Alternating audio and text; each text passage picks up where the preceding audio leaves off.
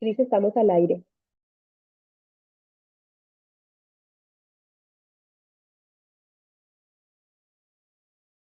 Adelante, Miriam.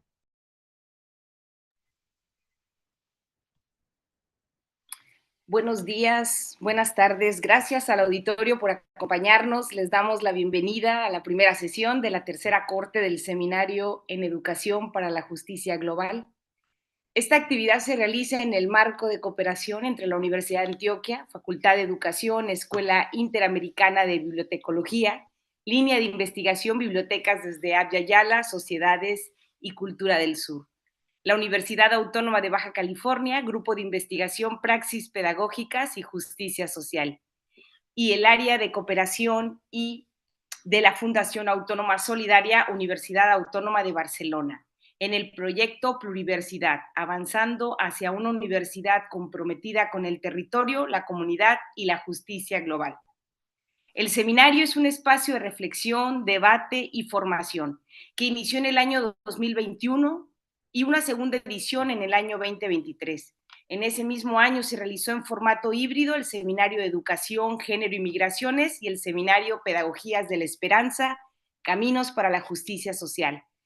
Se realizaron actividades virtuales con la participación de colegas, amistades de la Universidad de Antioquia y actividades presenciales de la Universidad Autónoma de Baja California y la Fundación Autónoma Solidaria de la Autónoma de Barcelona. Para este año 2024 continuamos caminando con un ejercicio de colaboración y diálogo articulado entre estas tres instituciones universitarias. El tema que nos convoca lo situamos en los linderos de la academia y los activismos, a propósito de preguntarnos cómo vinculamos nuestras luchas desde el activismo en la docencia universitaria, la investigación y la extensión. Precisamente con esta metáfora geográfica territorial pretendemos reflexionar sobre estas líneas imaginarias que establecen límites o intentan establecer y separar los terrenos de las luchas, las resistencias de espacios educativos e investigativos.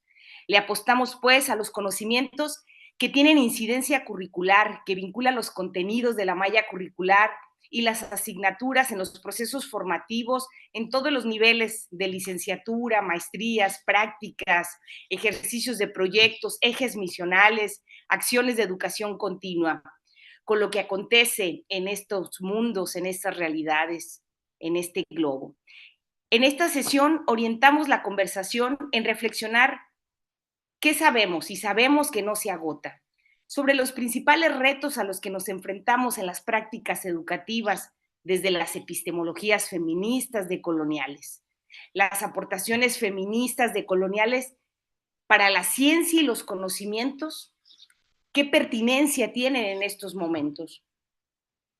Para seguir con esta conversación, bueno, me gustaría primero agradecer a mis compañeras, colegas, amistades académicas por propiciar, por incentivar este tipo de espacios participativos, reflexivos, dialógicos, de intercambio genuino de sentipensares.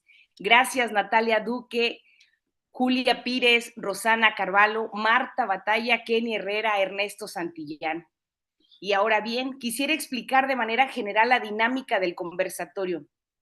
Una vez que presente, que lea las semblanzas que me han hecho llegar las compañeras y amistades, lanzaré unas preguntas para detonar la charla.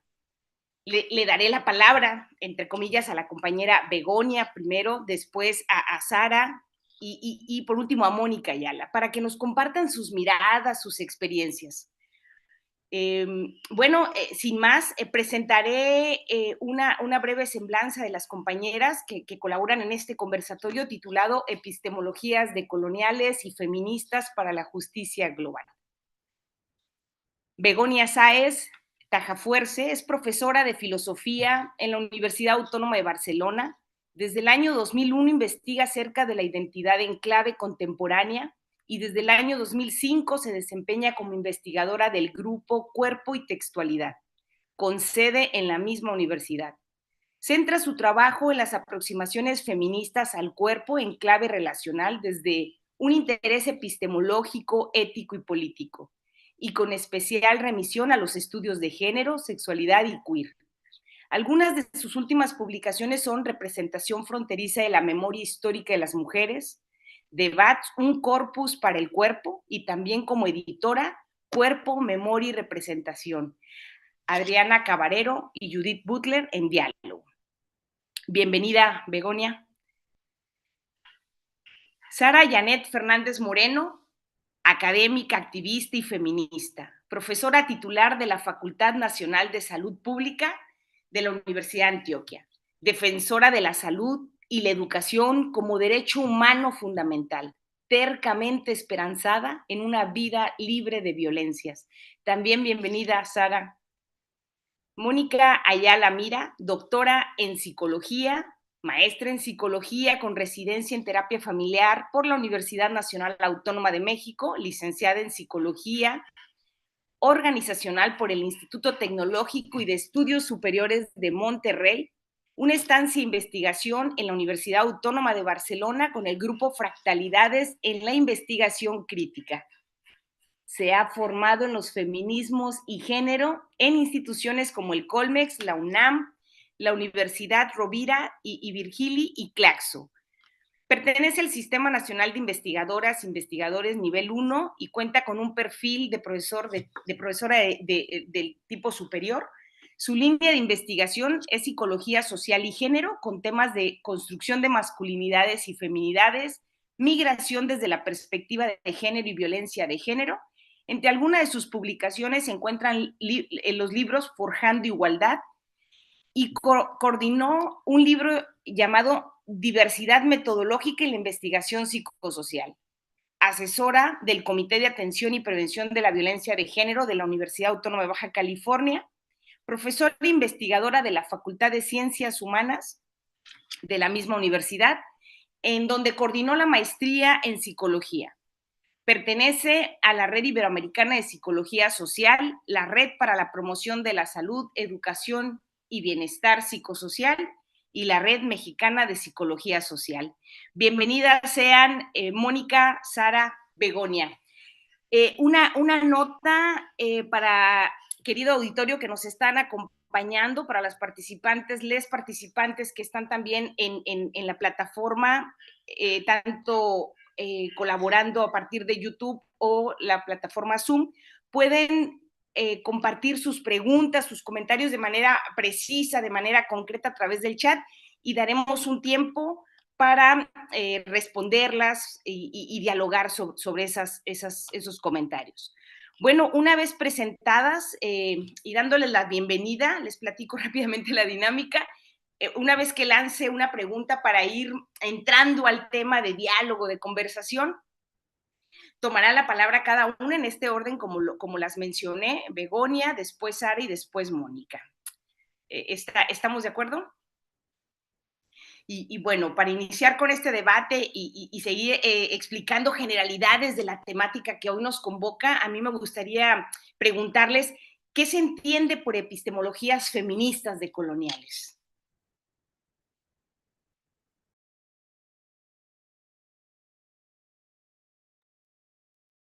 Ante todo, muchísimas gracias por la organización de este encuentro, a Rosa Carballo y desde la Universidad Autónoma de Barcelona y a la Fundación Autónoma Solidaria. También a ti, Emilia, por esta presentación tan cariñosa que nos has brindado y tan acogedora, y a todas mis compañeras con quien, bueno, es un gusto para mí y un honor de verdad poder compartir estas reflexiones que son tan necesarias, ¿no? Eh, Sobre todo hacerlo de forma colectiva. Eh, bueno, para empezar yo querría plantear que es muy importante que insistamos en este carácter plural de epistemologías feministas decoloniales, y no solo eso, sino también me parece que es muy importante, por lo menos a mí me resulta imposible, pero casi es casi como una cuestión política, ¿no? Plantear de entrada que no hay una respuesta una a esta pregunta y sobre todo no hay una respuesta cerrada ni hay una respuesta que se dé de una vez por todas, ¿no? Entonces, desde ahí yo pienso que algo que es fundamental con respecto a las epistemologías feministas decoloniales es la cuestión de esta diversidad, ¿no? Que ya que no es solo diversidad, es diferencia en realidad, ahora explicaré un poquito más, ¿no? Que de alguna manera marca ya la propuesta, diríamos, desde unas epistemologías feministas decoloniales. Entonces, de entrada, diríamos, como presupuesto, entre comillas, como lugar, diríamos, de planteamiento, me gustaría ya iniciar con eso, ¿no? No hay una respuesta una, ni cerrada, ni dada de una vez por todas a la pregunta qué se entiende por epistemologías feministas decoloniales, porque si no, estamos justamente imposibilitando la propuesta de una epistemología feminista decolonial. Entonces, por otro lado, creo que lo primero que diría al respecto es que las epistemologías feministas decoloniales, si algo en esa diferencia seguramente podríamos acordar que tienen en común, digamos, procurar desde un compromiso, diríamos, que es ético y político, no solo epistemológico, un saber situado, ¿no? Y en concreto, un saber situado en el cuerpo, ¿no? Donde el cuerpo ahí aparece eh, no solo como lugar de conocimiento, sino como sujeto de conocimiento, ¿no? El cuerpo habitualmente siempre está como relegado al lugar del objeto de conocimiento, ¿no? Un lugar paradigmático de eso son las ciencias médicas, por ejemplo, las ciencias de la salud, ¿no? Estamos ahí observando al cuerpo como si fuera algo más, una cosa más, ¿no? Diríamos, entre otras, ¿no? Y pienso que, bueno, pues que si algo, diríamos, nos hacen ver las epistemologías feministas decoloniales es que el cuerpo es lugar y sujeto de conocimiento, ¿no? Y por tanto, las epistemologías feministas decoloniales nos traen también esta perspectiva interseccional e incluso posthumana, podríamos decir, ¿no? Porque obviamente los cuerpos y el cuerpo en tanto que sujeto de conocimiento no está nunca aislado, ¿no? Ese paradigma del sujeto de conocimiento aislado, eh, sin relación con otros cuerpos no humanos, con el entorno, etcétera, etcétera, pues de ninguna forma puede ser sujeto de conocimiento. El conocimiento no es algo que se dé así de manera aislada, ¿no? Y la última cuestión que querría poner de manifiesto ahora de momento es que las epistemologías feministas decoloniales también nos plantean la necesidad de revisitar la posición epistémica o el lugar que ocupamos en tanto que sujetos de conocimiento, que sabemos que también nos convierte de alguna manera en sujetos de poder, ¿no? Entonces creo que desde las epistemologías feministas decoloniales se abre también la necesidad de considerar una posición epistémica que esté sujeta al poder, por supuesto, pero que no consista en un ejercicio de poder, ¿no? Eso como compromiso, diríamos, ¿no? A la vez epistémico, ético y político, me parece muy importante también. Y luego, para acabar, solamente destacaría, diríamos, dos gestos que me parecen importantes, ¿no? Que nos traen desde estos presupuestos, entre comillas, las epistemologías feministas decoloniales. Por un lado, la reivindicación, la recuperación y la legitimación de saberes otros, que por supuesto son otros con respecto al universal neutro, ¿no? Que comporta una violencia epistémica, y luego volveré a ello con relación a otra pregunta, ¿no? Pero creo que además de ese gesto de reivindicación, de recuperación y de legitimación de saberes otros, las epistemologías feministas decoloniales traen un gesto muy material de rascar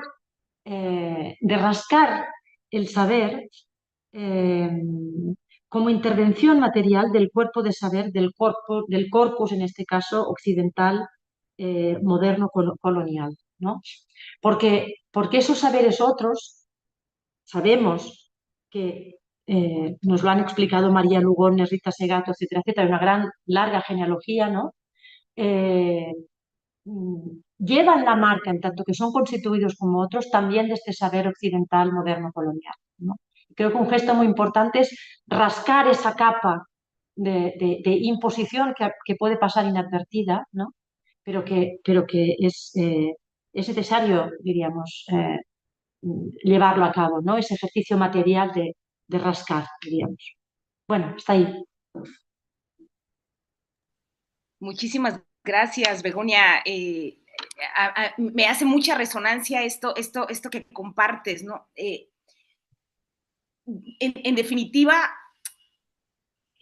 hablar de las concepciones, de las nociones, de las experiencias sobre epistemologías feministas decoloniales, nos situamos en la diferencia, nos situamos desde el cuerpo, desde las relaciones, desde esta mirada poshumana, desde estas reivindicaciones y legitimación de saberes otros. Muchísimas gracias, Begoña. Vamos a seguir platicando. Yo me quedo con dudas, pero a ver, Sara, me gustaría también que entraras en esta conversación. Pues agradezco la introducción que hace Begoña, me parece que es muy pertinente, sobre todo porque nos permite agregar valor a esas reflexiones iniciales, por supuesto. Si hay algo que nos permite reivindicarnos desde la decolonialidad es el reconocimiento de una diferencia impuesta, pero además de una asignación de valor subjetiva completamente injusta y deshumanizante sobre las diferencias. Casi de calificar de infrahumano lo que no clasifican esos ponderadores. Y a mí me parece lo más enriquecedor poderlo problematizar desde nuestras áreas de estudio. Te escuchaba muy centrada, Begoña, en la expresión corporal y pues se entiende, ¿no? Después de toda tu línea de trabajo. Yo vengo desde el área de la salud, la medicina social, la salud colectiva. Vengo además desde los estudios de violencia y vengo además de unos 30 años de un esfuerzo importantísimo de reposicionar otras lecturas no homogéneas, no hegemónicas. Formada desde el modelo médico hegemónico del área de la salud, donde realicé mi práctica, rápidamente entendía, sin tener las claves, que yo estaba relacionándome con sujetos a los cuales no se les reconocía como sujetos plenos de derecho y que particularmente sobre ellos pesaban otras matrices de exclusión y de desigualdad. Ahora entiendo desde los feminismos negros, desde los feminismos chicanos, desde los feminismos comunitarios y campesinos, que había una razón para esa percepción. Cuando yo estaba muy joven no lo entendía todavía y fue mi lugar de introducción a esos campos de saber donde entendí unas jerarquizaciones de clase, de raza, de origen, sobre esas diferencias. Y además, como fui migrante y he sido migrante en diferentes circunstancias y por diferentes características, logro percibir también mi lugar de desciudadanización en mi tránsito de vida. Y eso hace que tenga las alertas mucho más prendidas frente a una posición definitiva y comprometidamente decolonial. Cuando yo digo que yo acuerpo, que yo encarno, digamos, una postura, es porque hago una apuesta ético-política también, y porque yo no puedo concebir la comprensión de la realidad sin situarme dentro de ella, empezando por el territorio. Y la traducción territorial y la traducción espacial es fundamental para dejar de macartizar esas diferencias entre la lógica de poder y subordinación binaria, que además es muy chata, ¿no? O sea, hablar de un sistema binario sería muy empobrecedor del campo de análisis. Y ahí caigo rendida ante las propuestas decoloniales de nuestras autoras que nos dicen: pensar, investigar, criticar y discutir la diferencia va mucho más allá que solo enunciarlas. Y además va mucho más allá de solo dejarlas allí como unas apuestas dicotómicas o relacionales, porque esas relaciones de poder y subordinación hoy están permeadas por otras narrativas, que han sido narrativas que nos han despojado de un valor importante sobre nuestras realidades y nuestras identidades, y donde se nos ha hecho creer ¿cómo se dice? De forma idílica, de forma romántica, que sencillamente acceder a un campo urbano o acceder a un nivel de educación lima y desaparece esas diferencias. Cuando la raza y el cuerpo es tan contundente y hablan por sí, esas diferencias permanecen. Cuando la edad está allí y involucrada y que no la vemos, pero en la historia de vida y nuestras problemáticas ya personales y sociales, la edad empieza a ser irrelevante, ahí aparece. Entonces son llamados de atención a esa vigilancia epistémica sobre qué es lo que está pasando en nosotros y qué tanto estamos deconstruyendo o qué tanto estamos reproduciendo un sistema de poder y subordinación. Cuesta trabajo porque todas las categorías con las que hemos sido formadas en las ciencias sociales y las ciencias de la salud se manejan bajo los binarismos, binarismos aparentemente neutros, pero que la propuesta de colonial, tú dices, Begonia, rasca, ¿no? O sea, deja visibilizar en cada rasguñito que hay una diferencia jerárquica de esas diferencias de edad, de raza, de género, de ubicación, de clase. Y ese es un asunto de la mayor importancia. Para terminar, en esta apuesta de colonial, claro que agradezco la movilización mundial de mujeres por la paz, por ejemplo. ¿Por qué agradezco la movilización de mujeres por la paz? Porque Mujeres de Negro es un movimiento global mundial contra la guerra, porque la reivindicación de mi cuerpo también es territorio de paz. Es una declaración que rompe epistémicamente con otras realidades donde los cuerpos son etéreos y son los sujetos que hablan, pero esos sujetos hablan con una voz calificada en diferente nivel según su procedencia. Y esto pasa en la confrontación entre las epistemologías del norte global y las epistemologías sur-sur. De ahí que invito a toda la audiencia a indagar un poquito más sobre esas epistemologías descentradas, decoloniales, de las mujeres populares, campesinas, negras, migrantes, refugiadas. Hay un micrófono abierto por allí. Gracias. Claudia Gisela, por favor, su micrófono. Víctimas de violencias, desterradas, confinadas. Y empecemos a escuchar esas voces, porque hoy en día en el mundo, en guerra, porque estamos en guerra y estamos en medio de un genocidio, estamos frente a algo imperdonable. Calificar de subhumanos a personas y a seres humanos que durante años han habitado un territorio, se me hace la injusticia y la deshumanización más extrema de la guerra. Y yo no podría terminar mi intervención sin hacer ese llamado de atención, porque si algo recurrentemente invita el feminismo decolonial en plural, en todas sus manifestaciones, es a una armonía y a una cohabitación y a una coexistencia a partir del reconocimiento de la diferencia. Muchas gracias. Muchas gracias, Sara. También me quedo yo pensando en esto que hace eco, ¿no? En lo que platicas, y es la vigilancia epistémica, y esa vigilancia epistémica encarnada, le llamas, o sea, desde lo que vives, desde tu compromiso, y no individual, pues, sino colectivo. Noto como este acento en la violencia, en el despojo, cuando está esta alerta de vigilancia epistémica para deconstruir o pensarnos en esas vías o posibilidades de deconstrucción más que la reproducción de estas violencias epistémicas, ¿no? Muchísimas gracias, Sara, por estas reflexiones. Mónica, bienvenida también. Pues muchísimas gracias a mi querida Cristina, a todo el comité que está organizando este conversatorio, a Begonia, a Sara por estar aquí en esta charla. Escucharlas pues me emociona mucho, la verdad, me enriquece mucho.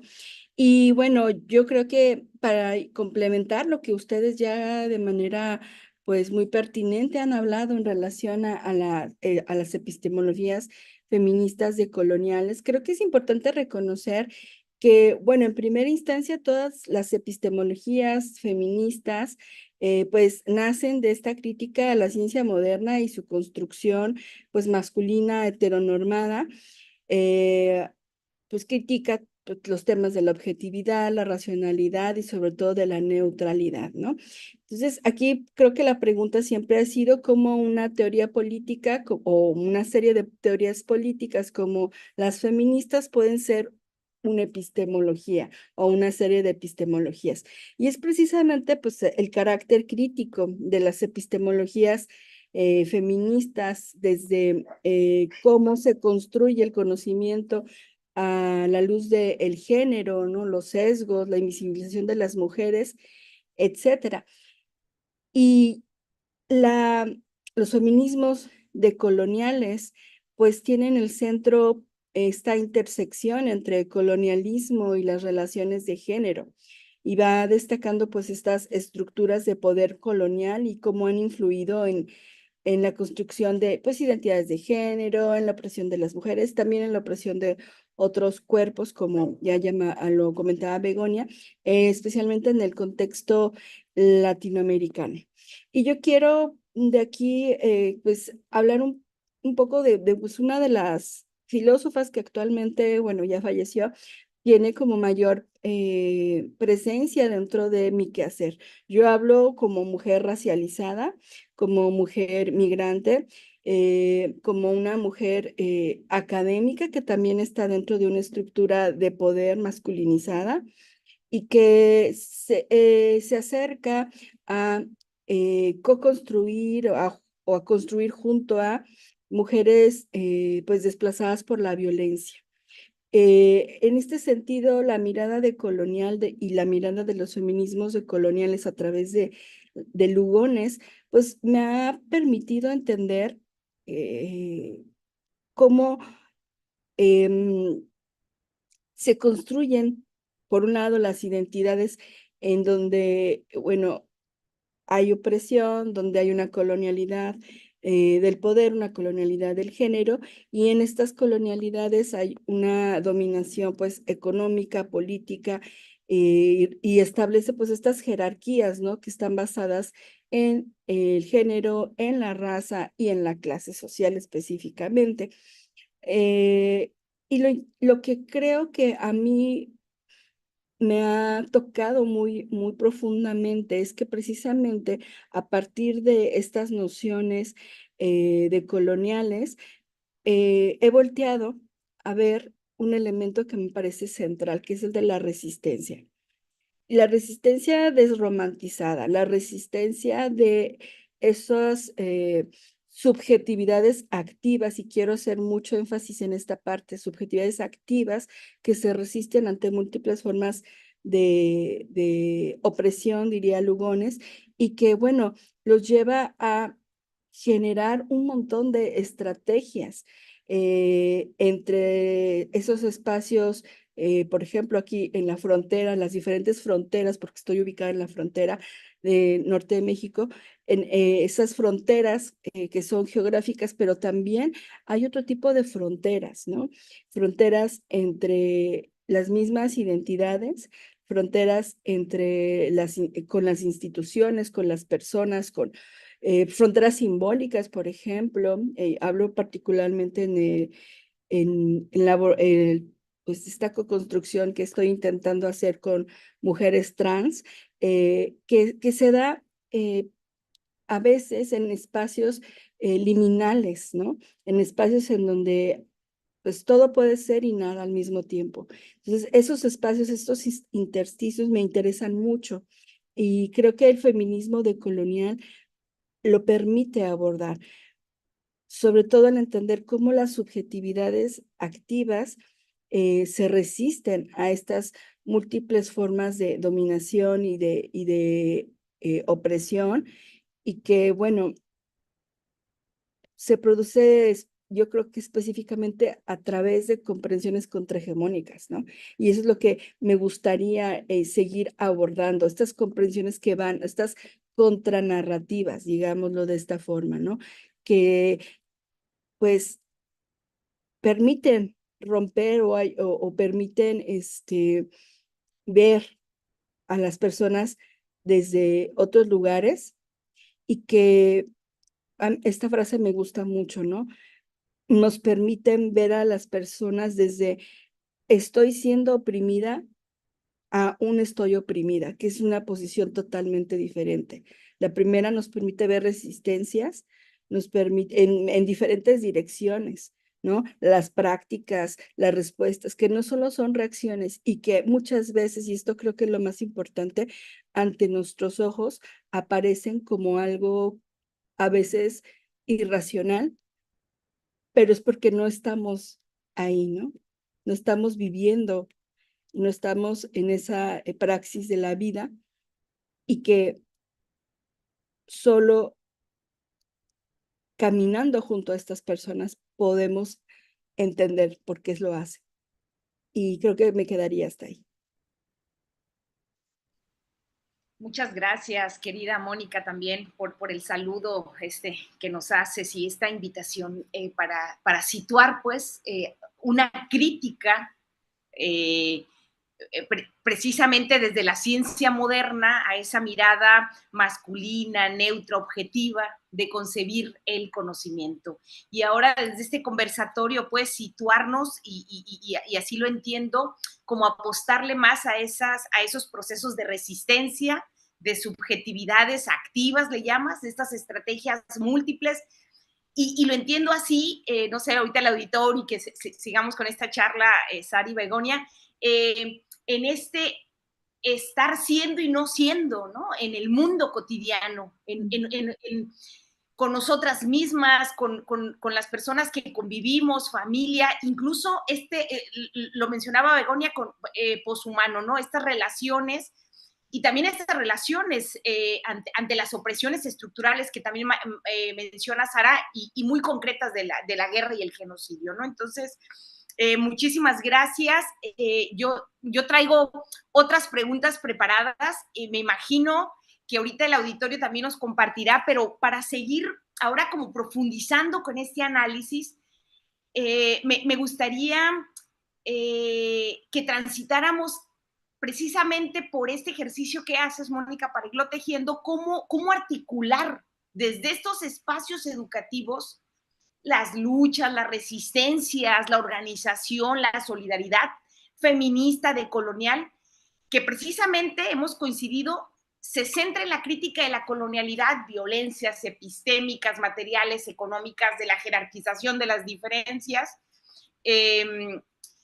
tanto de poder, del saber, el conocimiento de los cuerpos y territorios que también lo han mencionado, y cómo lo articulamos con estas demandas de justicia global, que abogan precisamente por la redistribución equitativa de recursos, de derechos, el reconocimiento a la libre autodeterminación, que ahorita hablábamos también, Sara nos pone con esta alerta epistémica de este genocidio que está aconteciendo y que estamos siendo testigos, y la participación en las decisiones políticas. ¿Cómo articular desde los espacios, que es donde nos situamos, hay que decirlo institucionalmente, en la academia, en ejercicios de investigación, en la docencia, en la extensión, cómo articular desde estos espacios estas luchas feministas decoloniales?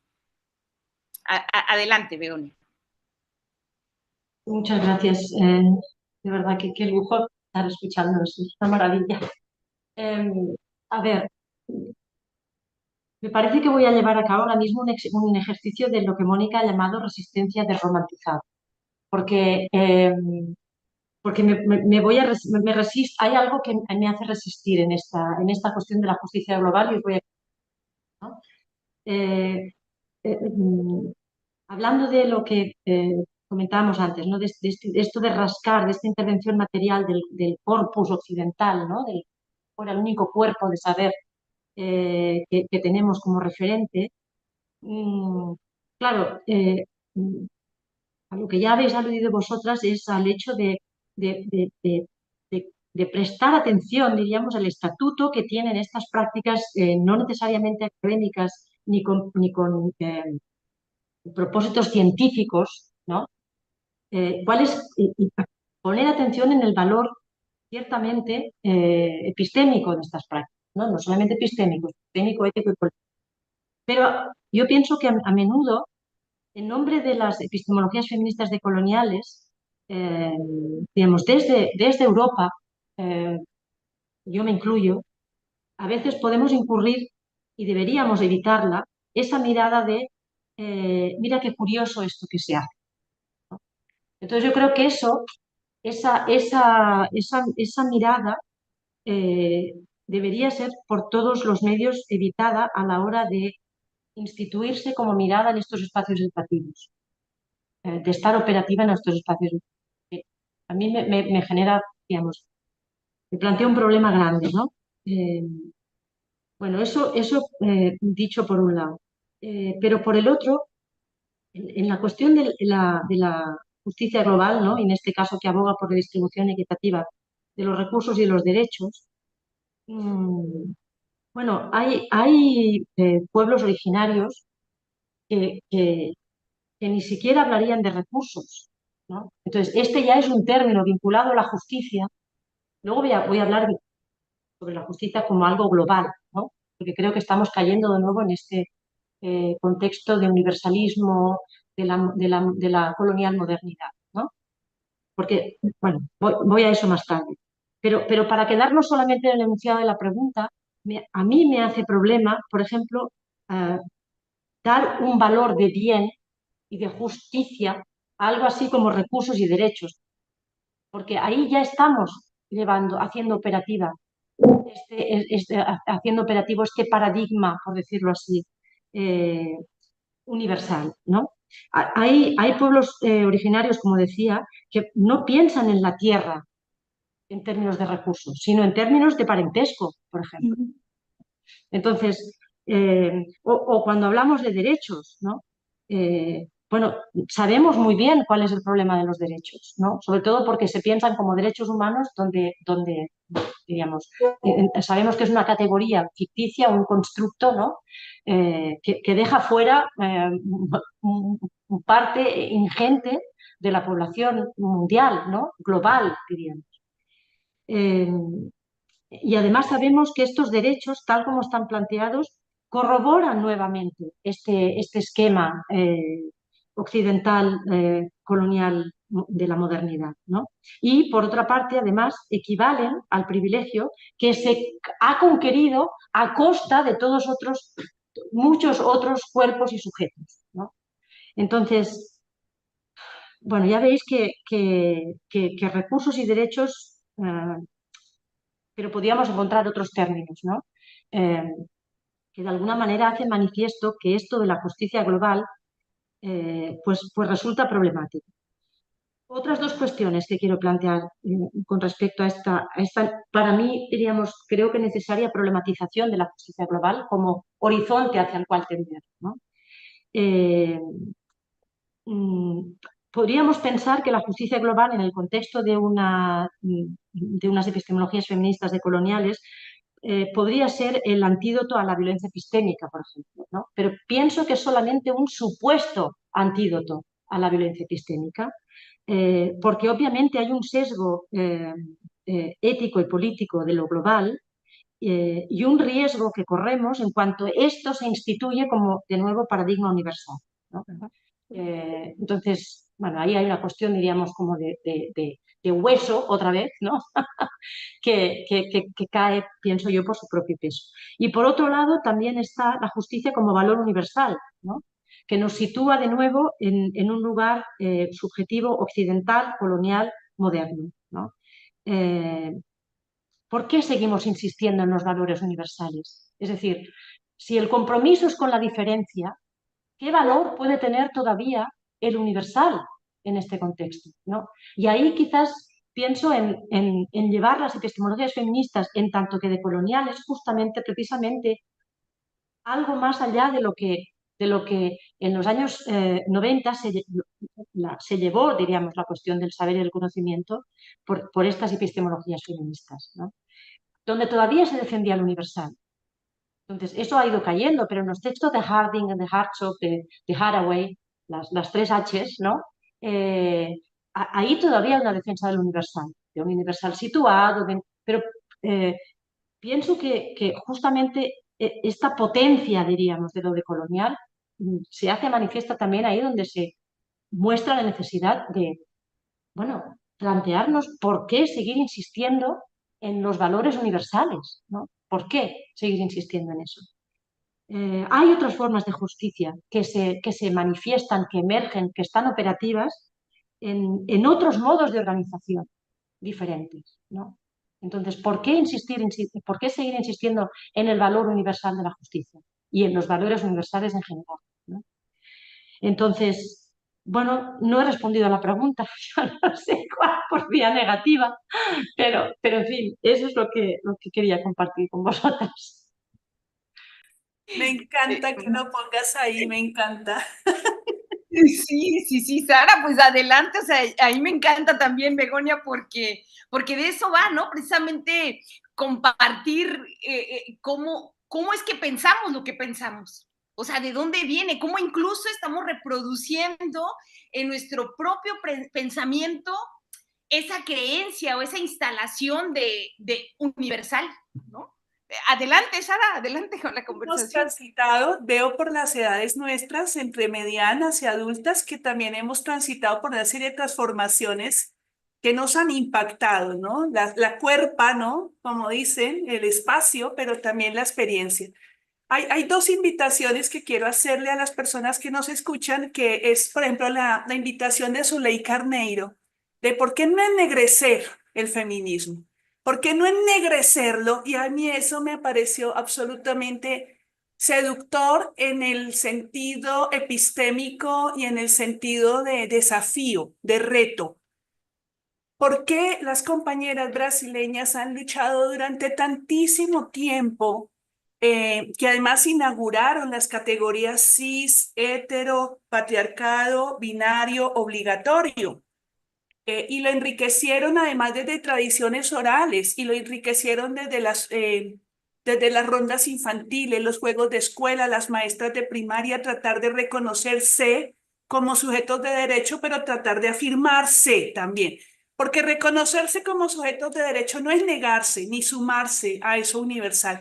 Por eso me encanta el reto que dice Begonia: no universalicemos porque corremos dos riesgos: romantizar la diferencia, como que todo está bonito, y eso se lo debo a la población LGTBI con la que he trabajado, que dicen: nosotros no queremos ser diversidades, no queremos ser los colores lindos y uniformes del arco iris, queremos ser disidentes de ese arco iris, queremos disruptir el orden, porque no es como: ay, sí, son tan inclusivos que tengo amigos LGTBIQ, no.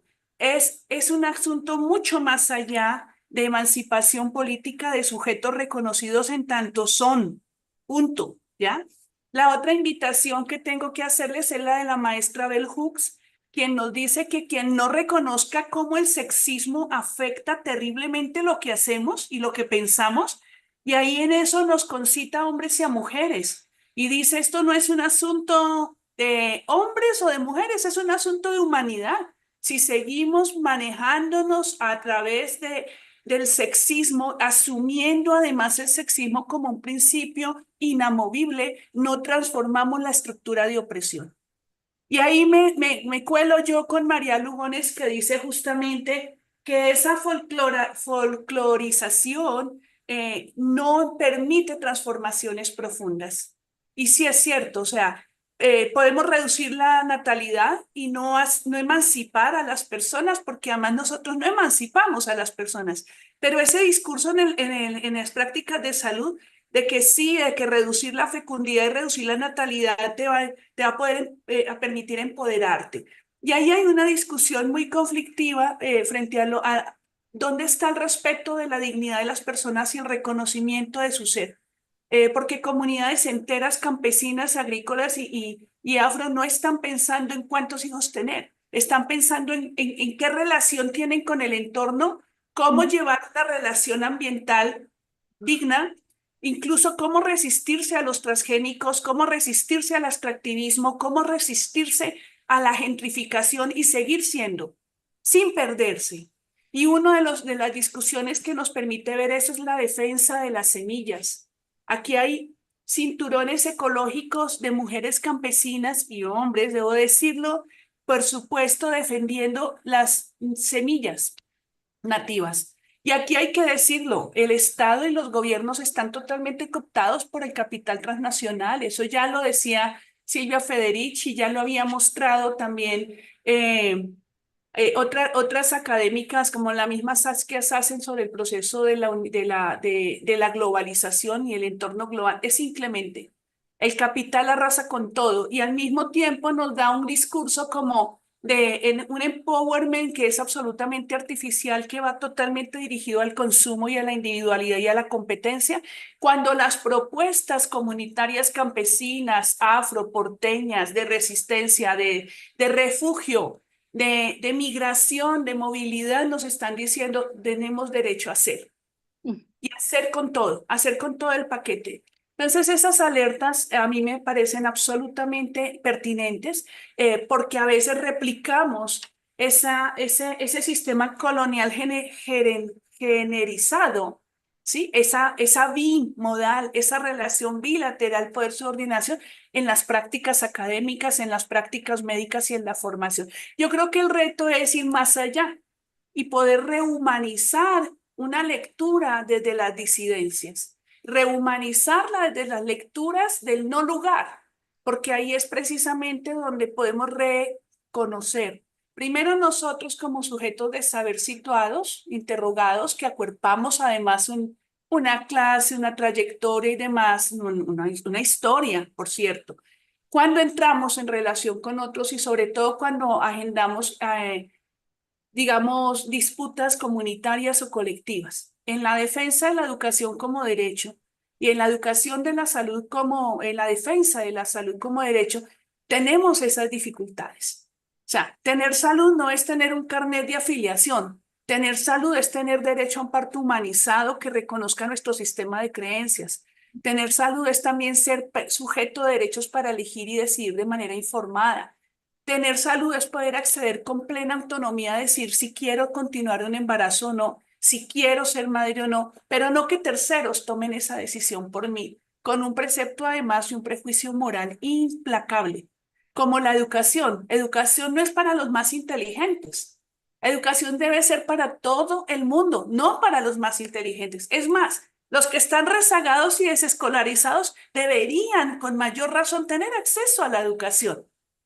La emancipación viene también de ahí, de ese reconocimiento de esos sujetos plenos de derecho. Y ahí está una gran trampa, que es el pensamiento occidental, moderno, colonial, que nos dice que si la persona no se educa formalmente, entonces no sabe. ¿Dónde están los otros saberes? Nosotras muchas, no tengo que confesarlo aquí, muchas nos hemos declarado disidentes de la competencia de puntos, de la indexación, de la clasificación de una ciencia que nadie lee. Yo por lo menos estoy completamente dedicada a acompañar a los movimientos, a las colectivas, a las y los y les universitarios en esa búsqueda y en esa lucha. Nadie va a indexar lo que yo hago, no me importa, porque estoy con ellos, con ellas, con ellas.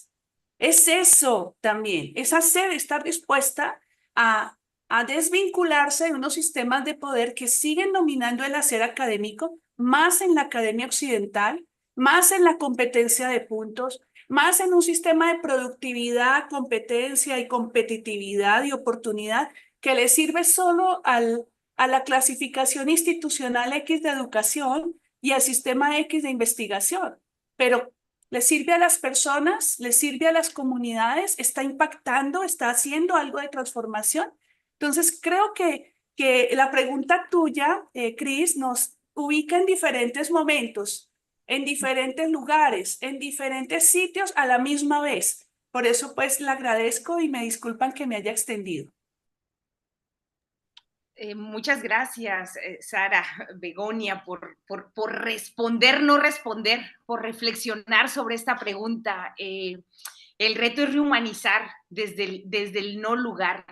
Es bien interesante porque aquí hay una apuesta, pues, y la apuesta, yo lo entiendo, me gustó esto de ennegrecer el feminismo, sí, precisamente transformar este sistema de opresión a partir de profundizar, no romantizar, y cómo hay diferentes formas, pues, de ir comprendiendo cómo vivimos y cómo vamos acompañando en estas formas de organizarse, entendiendo que es solamente eso, ¿no? Acompañar.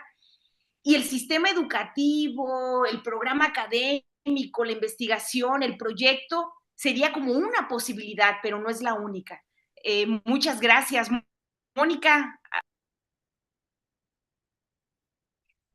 Pues después de todas estas reflexiones que, bueno, tan interesantes, me quedo pensando en muchas cosas, ¿no? O sea, estos elementos que comenta Begoña sobre los valores universales inevitablemente me lleva a pensar en los derechos humanos, ¿no? O sea, cómo problematizar los derechos humanos, porque creo que es precisamente, digo, en los albergues en los que yo he estado, en la aplicación de los derechos humanos hay una serie de elementos, pues, colonizadores que no entienden esta diversidad, estas diferentes cosmogonías, estas formas tan diferentes de estar plantadas en el mundo y que la relación que tenemos con la naturaleza, con el universo, etcétera, pues lleva a experiencias diferenciadas, ¿no? Y además si le estamos en estas experiencias hay elementos relacionados con la violencia, etcétera, pues bueno, van generando una problematización tremenda de esta aplicación de los derechos humanos. Ahora, precisamente pensando en términos de que pues la pregunta tiene muchas aristas, muchas aristas. Bueno, yo estoy en psicología y lo que yo he reflexionado es la importancia de un diálogo entre saberes, o de un diálogo entre saberes que yo creo va más allá de la interdisciplina o de la transdisciplina, porque este diálogo intersaberes es también con las personas con las que estamos caminando o con las que estamos acompañando, ¿no? Es decir, creo que necesitamos romper esas formas de conocimiento del experto desde el área, o bueno, le voy a dejar en masculino, del experto de un área disciplinar, ¿sí? Porque creo que en psicología en particular ha sido un gran desafío. Han habido figuras tan grandes, tan importantes como Maritza Montero con su psicología social comunitaria, como el mismo Martí Baró con la psicología de la liberación, que han influido, pues sí, en muchas personas en la psicología, pero aún así creo que se limita geopolíticamente a espacios muy acotados. Y además, desgraciadamente, no forman parte de la currícula, ¿sí? No se leen en general, ¿sí?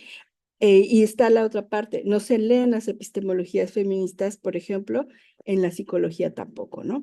Y bueno, no están presentes, no estamos presentes las mujeres, no están presentes en general las formaciones de primer grado de licenciatura, este tipo de elementos críticos, ¿no? Y que sí siguen reproduciendo estas nociones colonizadoras del poder, del sujeto cognoscente, privilegiado, experto, de lo que, bueno, Haraway denomina el testigo modesto, y que finalmente, pues, nos lleva a seguir pensando desde lugares pues muy acotados, en donde muchas veces seguimos encontrando lo que buscamos, o sea, los mismos problemas, las mismas situaciones, y no lo que a la gente con la que estamos realmente ante sus demandas de justicia, ante sus demandas de de representarse, no ser representados, porque yo creo que ese es otro elemento, ¿no? La representación. Pues sí, creo que hay muchos elementos muy importantes. Y también hay riesgos, por ejemplo, esto de exotizar o romantizar, es algo que se tiene que discutir.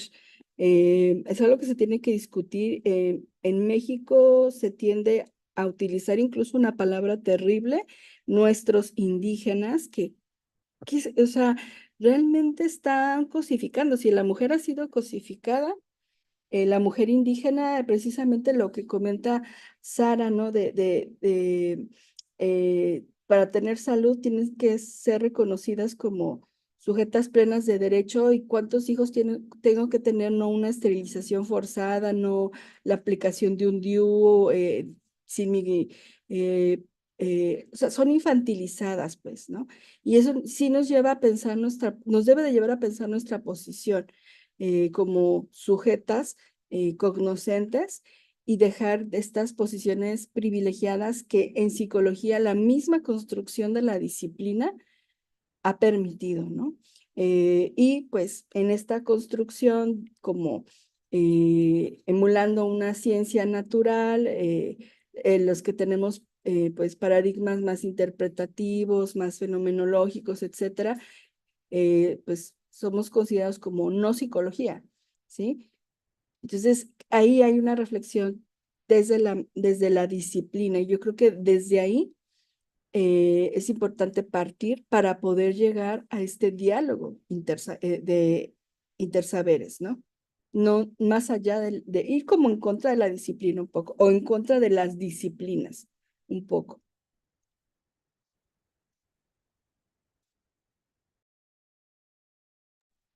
Muchas gracias, Mónica. Aquí el acento, ¿no? En romper con toda esta mirada del experto, esta separación entre las disciplinas, las diferencias que se acentúan y seguimos oprimiendo, incluso en el currículo explícito, el oficial, pero también ese currículum, dicen, si están por acá unas estudiantes de ciencias de la educación, ese currículo también vivencial, esto que viven y que vivimos en estos espacios, ¿no? Le apuestas, Mónica, a este diálogo entre saberes, más allá, en tu caso, de la psicología, más allá de la disciplina y la transdisciplina.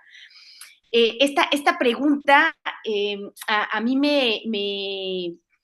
me gusta mucho hacerla en otros espacios también porque luego conversamos entre colegas. Entonces, desde este espacio, desde estos límites, y lo quiero poner entre comillas, ¿cómo hacerle ante estos retos? ¿No? Y ahí me gustaría transitar a la tercera pregunta para ahora sí situarnos, ¿no?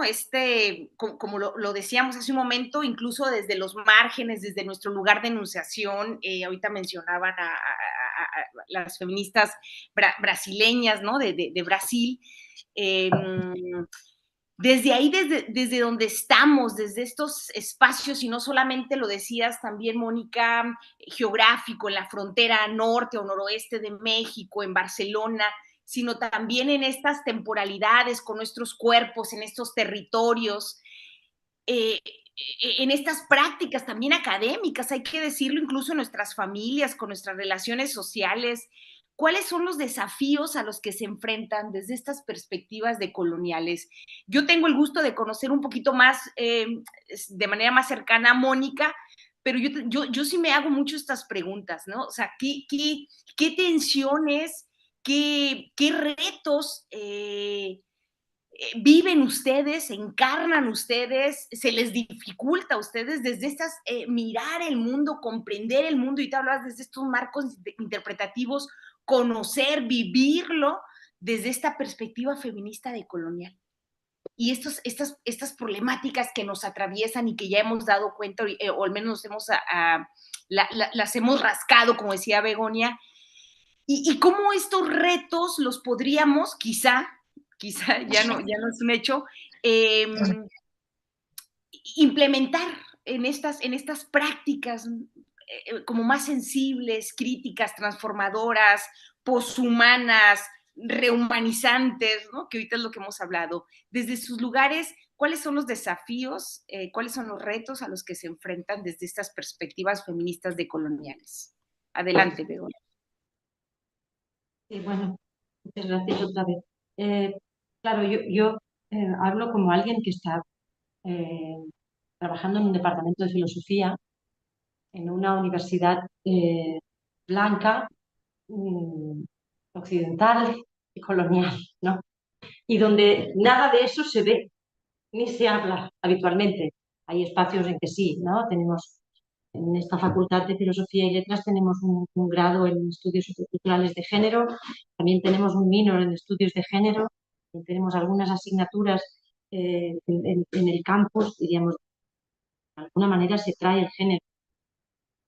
Pero ello no significa que haya una transformación estructural y pienso que, situadita aquí en mi departamento de filosofía, lo que de entrada diríamos que puede parecer muy abstracto, pero que en realidad no lo es, porque se materializa permanentemente en cualquier conversación, no solo dentro del aula, también fuera, también cuando hay que plantear propuestas de proyectos, también cuando hay que revisar lecturas de trabajo, también cuando hay que analizar artículos y hacer revisiones. O sea, esto es una acción que está permanentemente implementándose, ¿no? Por tanto, afectándonos en ese sentido, conformando el espacio académico y el espacio de docencia, ¿no? De aprendizaje. Diría que el desafío, aquí situadita, el desafío mayor es el de insistir en este esquema epistémico sujeto.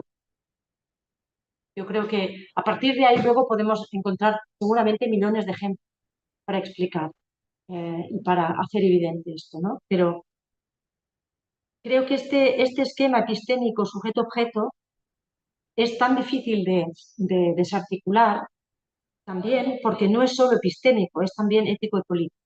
Entonces, hace un servicio en este contexto de capitalismo tardío, ¿no?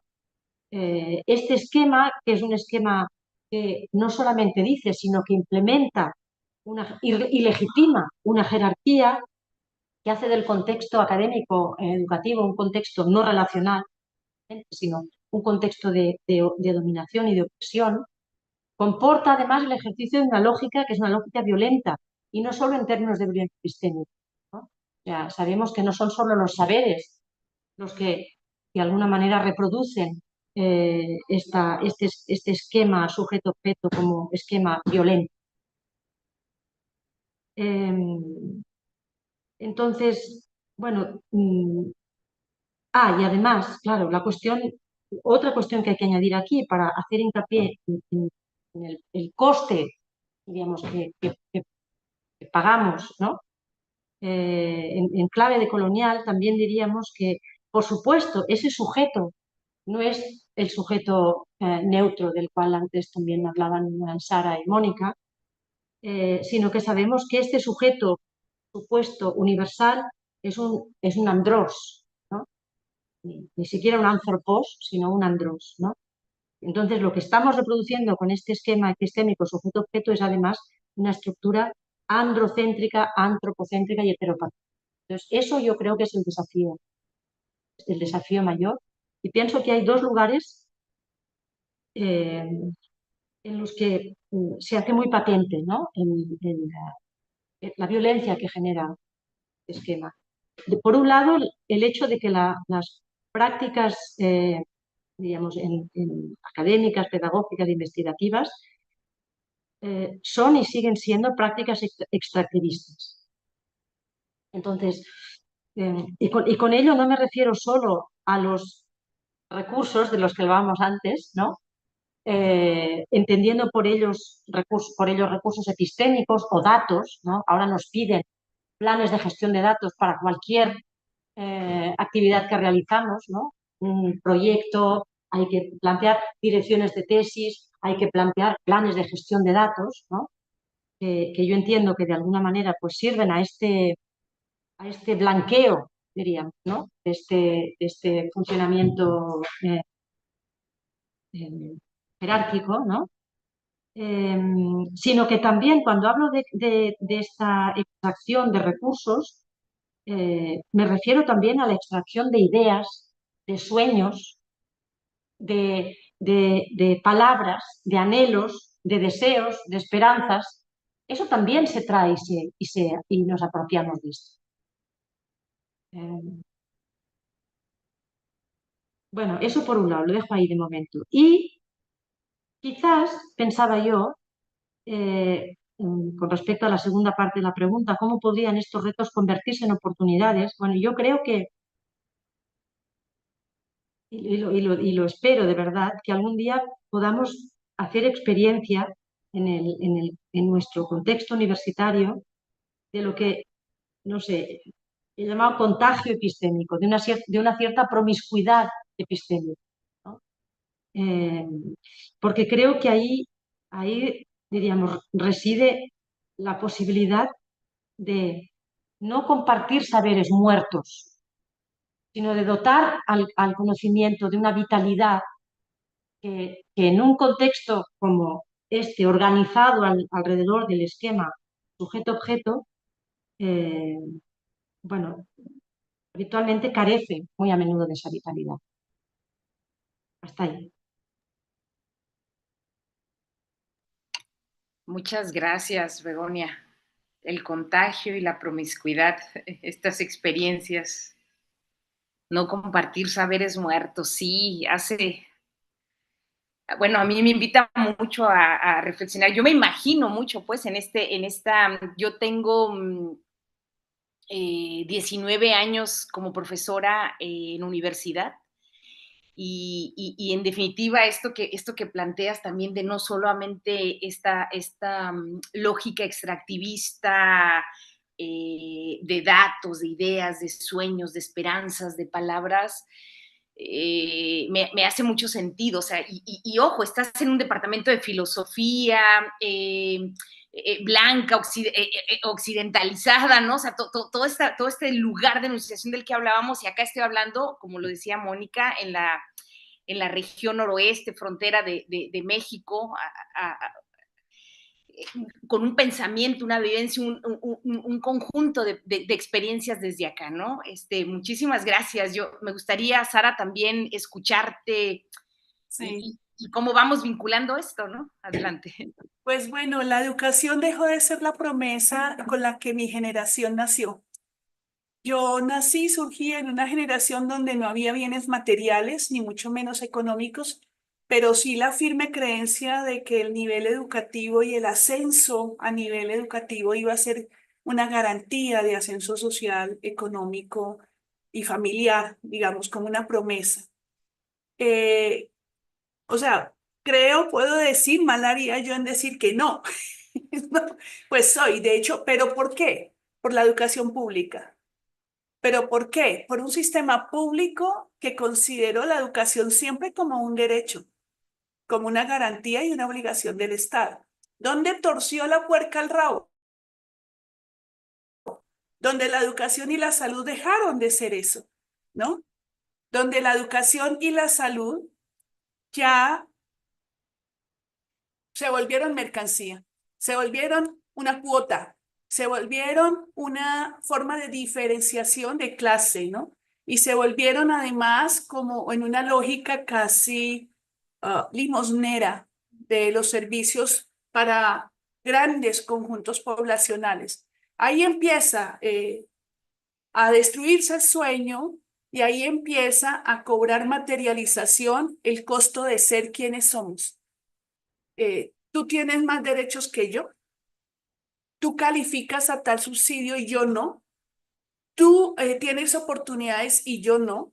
Y esa lógica individualista de la competencia es que el asunto de ese discurso plástico de que tú no eres pobre, tú eres pobre porque no crees en ti, ¿no? Y eso ha hecho carrera también en los currículums y eso ha hecho carrera también en los contextos. Pero también el sistema educativo abunda en eso y alimenta a ese sistema. En ese sentido, también habría que hablar de los retos grandísimos que tenemos adentro del sistema. Nosotras que estamos en las escuelas y en la formación de pregrado y posgrado, ser una nota disonante es una constante, incomodar ya es un hábito para mí, caer mal también es un indicador de éxito. Me parece que donde me acojan con demasiada simpatía sospecho porque entonces algo no estoy moviendo bien. Me parece que todo el discurso de la cooperación internacional, las investigaciones, la formación, las políticas y los programas se nos presentan con un vestido de gala, pero en realidad detrás de ello hay unos discursos de colonización, hay unos discursos de expropiación, hay unos discursos de utilidad que no son explícitos. Y ahí sí me voy con la IAP, ahí sí me voy también con el pensamiento decolonial más radical de la misma Susi Kanki, que ya no volvamos a folclorizar más esto como un producto exótico, sino que esta es nuestra realidad y la realidad se respeta y la realidad se reconoce y los sujetos que la encarnan merecen todo el reconocimiento. No pueden ser nuevamente objetos de conocimiento ni proveedores de información. Creo que cada vez está más clara la llamada ética y política a horizontalizar esas relaciones de poder y de saber, y la universidad está muy rezagada en eso.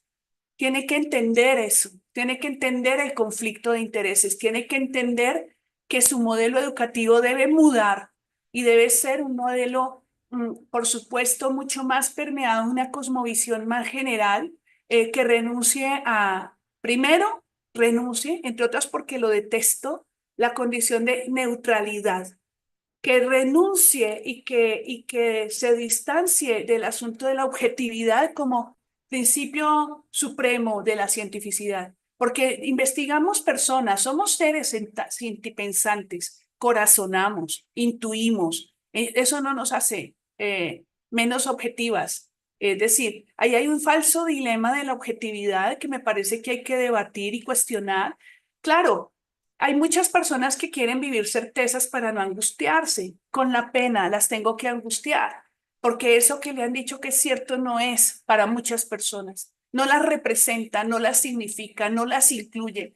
Entonces ahí no estamos dialogando con la realidad. Por eso entonces hay humor, hay muchos chistes de que la universidad está de cara a la ciudad y de espalda a la gente, ¿no? Entonces, es cuándo va a dialogar la universidad con la gente, cuándo va a dialogar la escuela con las personas reales de carne y hueso y cuándo va a admitir que tiene personas de carne y hueso a su interior y que por ser universidad, pues tiene un micromundo con todos los niveles educativos ahí que convergen, desde la persona de servicios generales hasta la rectoría. Tiene unas edades maravillosas para transformar el mundo de vida de la gente o puede convertirse en el verdugo de esas personas. Entonces también eso hay que problematizarlo y, a ver, estoy un poquito como impuesta a moverles del lugar.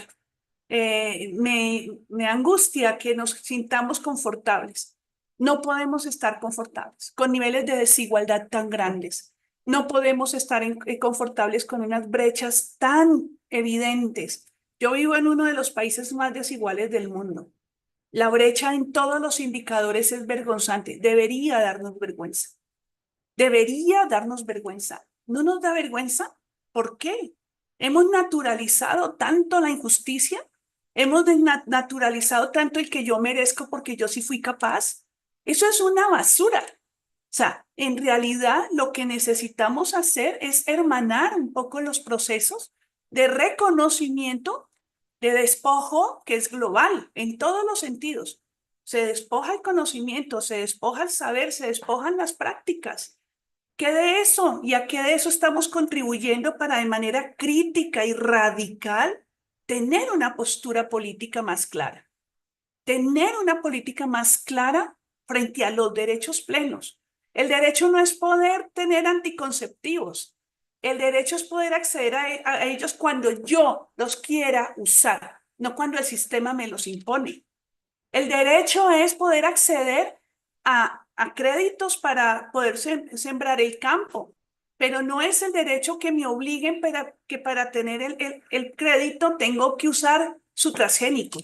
No. El derecho es poder decidir que el agua para mi sembrado se respeta, pero no que el agua se va para Coca-Cola y se le regala Coca-Cola. Ese es el llamado, porque no solamente es el mundo global el que está un poco mal, desorientado, sino que también es la lógica cotidiana que termina normalizando, invisibilizando esto. Y yo hay una frase que esperaba oír en toda la conversación y no hay, pero que yo quiero poner de cascarita. Cuando hablamos de género y cuando hablamos de estructuras de género, no hablamos de mujeres. Porque es que hay muchos varones que se sienten como eso es de ellas, ¿no?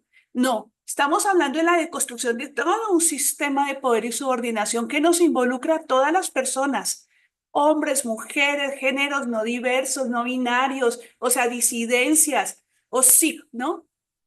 Pero no podemos quedar en el péndulo de un sistema que nos está clasificando y al mismo tiempo nos desconoce. Si no nos sentimos involucrados, si no nos sentimos invitadas a cuestionar esto que está pasando, no vamos a tocar nada. La realidad va a seguir igual. Tal vez nos den un paper con un crédito, ¿no? Ah, qué bueno, generaste puntos y indexaste a la publicación y subiste puntos al grupo. Sí, pero ¿y qué pasó en la realidad de la gente? ¿No? Entonces, esa es la provocación cotidiana que creo que debemos abordar. Movernos del lugar de confort y escuchar más a las personas que tenemos al lado. Casi que estiremos el brazo a ver qué le pasa a la persona que está ahí. Y es un mundo.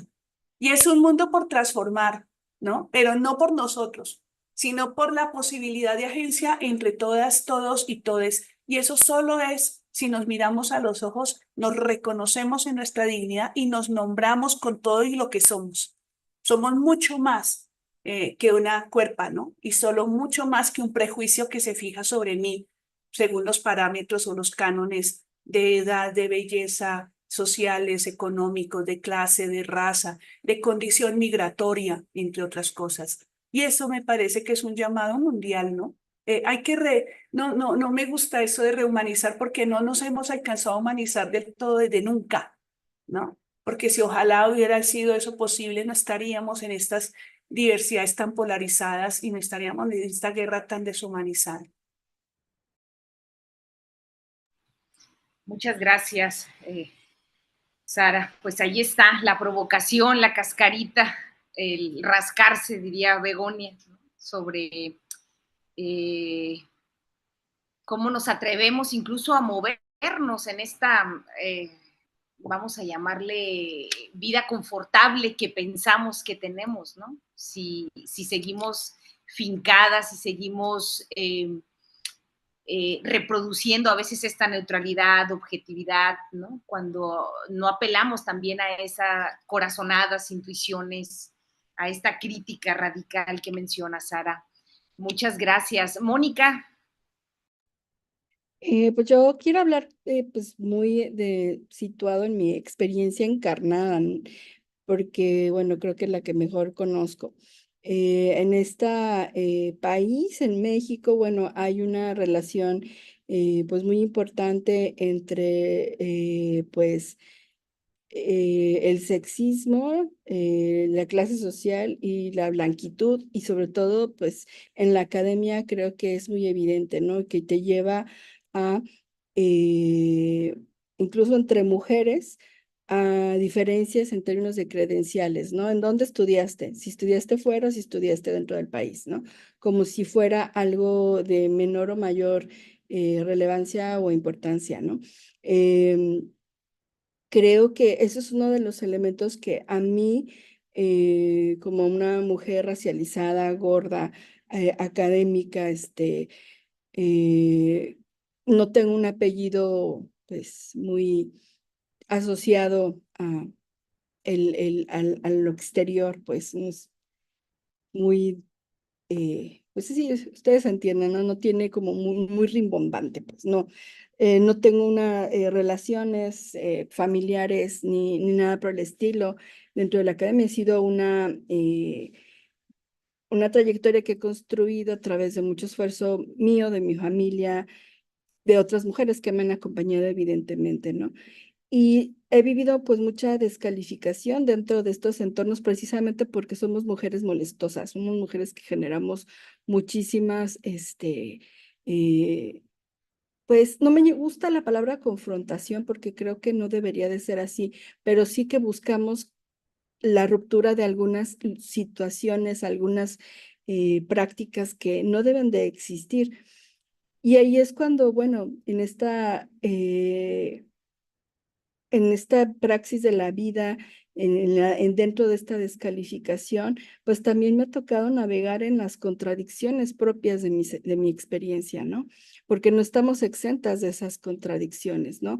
Entre esta realidad material de la que ya he hablado, de mi cuerpo femenina, y la realidad material de tener que subsistir en un sistema en donde tampoco somos muy bien pagadas y tenemos pues nuestros compromisos, ¿no?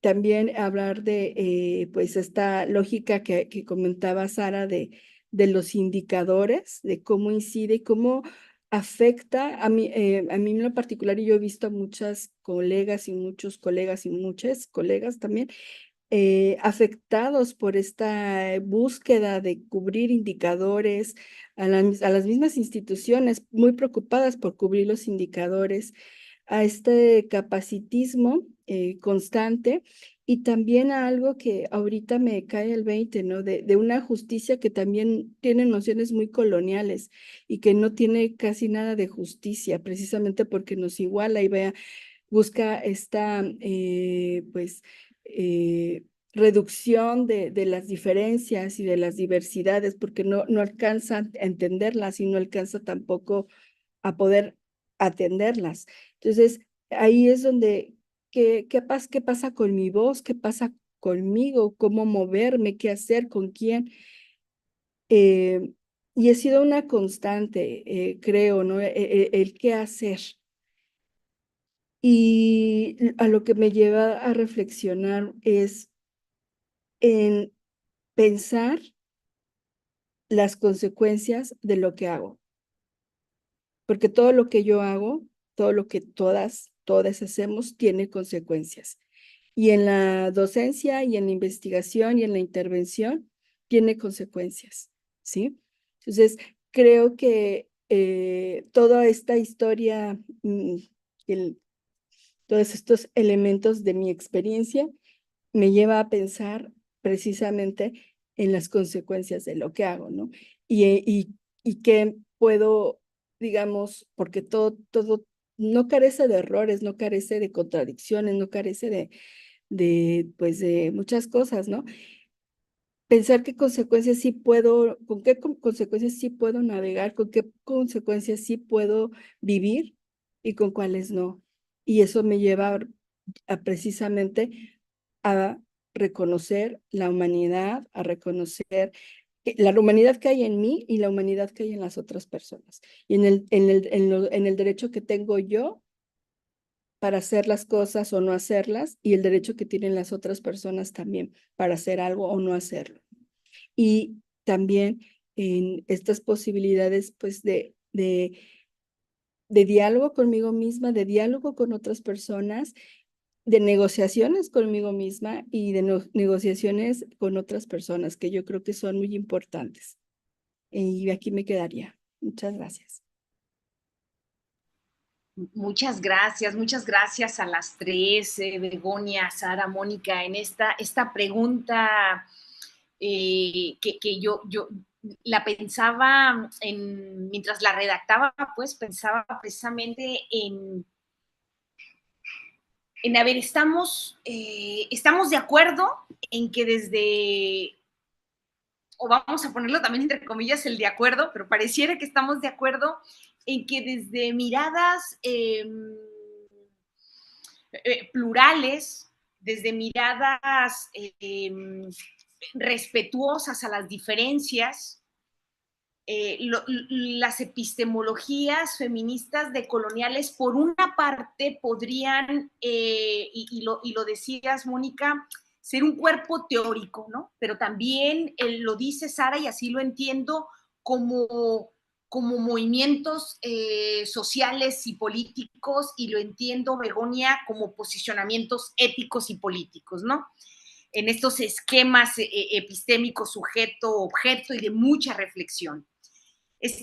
Pareciera que estamos de acuerdo en que desde estas miradas epistemológicas feministas decoloniales hay una invitación a esta como vigilancia constante, también lo decía Sara, de a ver, y también ahorita lo retomas, Mónica, a ver, ¿qué estoy haciendo yo? ¿Cómo me estoy relacionando yo conmigo? ¿Cómo me estoy relacionando? Es un posicionamiento relacional, ¿no? Pero también es un posicionamiento de cuidado, de respeto, pero también de denuncia hacia las violencias, hacia estos constructos universales, modernos, capitalistas, de violencia, dominación y opresión, ¿no? Y aluden a varias de las feministas intelectuales, teóricas, ¿no? Silvia Rivera Cusicanqui, Lugones, Bell Hooks, han mencionado ahí a varias, a Dana Haraway. Desde esta reflexión que yo hago a propósito de la pregunta que ya nos acercamos a platicarnos sobre cómo es que lo vivimos en estos desafíos y retos, ahora me gustaría transitar a esta pregunta que tiene que ver con esto que ya han mencionado. Y Sara, ¿no? Ahorita algo que a mí me mueve mucho, así como muy cercano, pues son los feminicidios, meterme a las redes sociales y ver tantas desapariciones, más de 120,000 desapariciones en nuestro país en estos últimos tiempos, según los registros, pero ver el genocidio, Cisjordania, la Franja de Gaza, Palestina, eh, eh, eh, eh, el aumento también de la derecha, de las miradas fascistas, hay que decirlo, son cosas que nos mueven, ¿no? O sea, que de alguna forma impacta en esta vida cotidiana que vamos llevando. Y cuando nos situamos en nuestra práctica, en una de las prácticas que tiene que ver con lo educativo, lo pedagógico y lo que hemos estado hablando, y vamos al salón de clase, interactuamos y vamos a escribir ese documento, ese paper que también mencionaba Sara, ante esos escenarios de violencias extremas, materiales, simbólicas, estructurales, a escala global, en estos términos pedagógicos, ¿cómo propiciar? Es una pregunta, es una pregunta conveniente, hay que decirlo, lo quiero decir, pero ¿cómo propiciamos estas experiencias en el día al día, en el cotidiano? Solidarias, colectivas, comunitarias, de cuidado, amorosas, desde acá, desde las universidades. Adelante. Bueno, yo creo que, bueno, me gustaría aquí nada, recuperar una noción que a mí siempre me ha parecido muy diferente que es abogando por un planteamiento de la micropolítica. Entonces, quizás no llevando adelante grandes acciones con grandes aspavientos, sino ir, diríamos, generando desplazamientos que a lo mejor son, digamos, imperceptibles a primera vista, pero que van, bueno, como las alas de la mariposa de la máquina, ¿no? Bueno, parece que no es nada, pero algo ya se está transformando en la estructura, ¿no? Entonces, eso por un lado, pensar en términos de micropolítica seguramente, y por tanto plantear estas transformaciones para estas acciones colectivas, comunitarias y de cuidado, mucho más allá de las estructuras institucionales, ¿no? O mucho más allá, no sé, pero quizás no confiar necesariamente siempre en la participación de las instituciones, sino que esto, llevarlo a cabo en estos contextos de, de, de, de, de la intimidad relacional, por decirlo así, de pequeños gestos. Luego pienso que es muy importante, justamente en este mismo sentido, proponer y procurar desde un desplazamiento de la propia posición epistémica como lugar de iniciación, eh, sin que se marque un rumbo directo, pero al menos problematizando, ¿no? Siendo manifiesta esta necesidad de problematización. Justamente ese terreno plácido y seguro, ¿no? del lugar de enunciación, bueno, aquí me planto yo y aquí no me mueve nadie, bueno, pues problematizarlo, no darlo por supuesto. Luego, también a nivel más, diríamos, relacional, mm, eh, creo que es importante, como decía antes, ¿no? Promover este contagio epistémico, esta promiscuidad epistémica y hacer de la disciplina un contexto relacional también, ¿no? Justamente desde la experiencia que tenemos de que la disciplina, ¿no? Entonces, procurar que la disciplina pierda ese carácter disciplinar, ¿no? Y que se convierta, pues, en un espacio para compartir, para co-crear, para repensar, para rascar, ¿no? Mm, eh, y luego quería solo añadir una cosa antes de darle la palabra, si me permitís, a Sofía Solís, que está aquí con nosotras también, para que explique ella, eh, bueno, pues una experiencia muy concreta que estamos llevando adelante ahora, ¿no? Creo que lo importante es, en definitiva, interrumpir un paradigma epistémico que se sostiene en unas prácticas que no son de cuidado ni colectivas ni comunitarias, que son unas prácticas de asentimiento y de legitimación de lo que es sin cuestionarlo y del silencio que está vinculado a eso. Entonces, antes lo decía, ¿no? En mi departamentito de filosofía, pues todas esas cuestiones no se hablan. Si se hablan, pues como decían tanto Sara como Mónica, pues la gente mira así como, ¿qué está pasando ahora? ¿No? Y claro, no es solamente en este departamentito, seguro que hay millones de ellos, ¿no? Yo abogaría entonces también como, más allá de transformaciones en las mallas curriculares, etcétera, etcétera, que por supuesto, ¿no? Pero esto parece ser insuficiente, eh, algo así como una escucha académica, como lugar verdaderamente de apertura, ¿no? Y ver qué traen, o sea, qué se trae, ¿no? ¿Qué nos llega, y qué nos interrumpe? Pero le doy la palabra, si me permitís, a Sofía. Sí, adelante, Sofía Solís, para que nos comparta esta propuesta como muy concreta. Adelante. Muchas gracias y buenas tardes a todas. Y un gusto estar aquí con ellas y muchas gracias a Begoña por darme la palabra. Lo que quería comentarles o lo que queríamos comentarles es lo que estamos haciendo, los proyectos que estamos llevando a cabo muy puntualmente, de forma muy material, de cómo estamos aplicando estos feminismos decoloniales o estas metodologías decoloniales en proyectos de docencia y de investigación. Primero tenemos un proyecto de docencia, bueno, es el foro participativo para la educación antirracista y anticolonial, que se va a dar lugar en la Universidad Autónoma de Barcelona el siguiente año. Dentro de este foro hemos planteado una intervención de aula. En esta intervención de aula buscamos la ruptura ontoepistémica de lo que llamaba Begoña la relación de sujeto-objeto, a través de no incidir en el objeto o sujeto de investigación, sino en la estructura.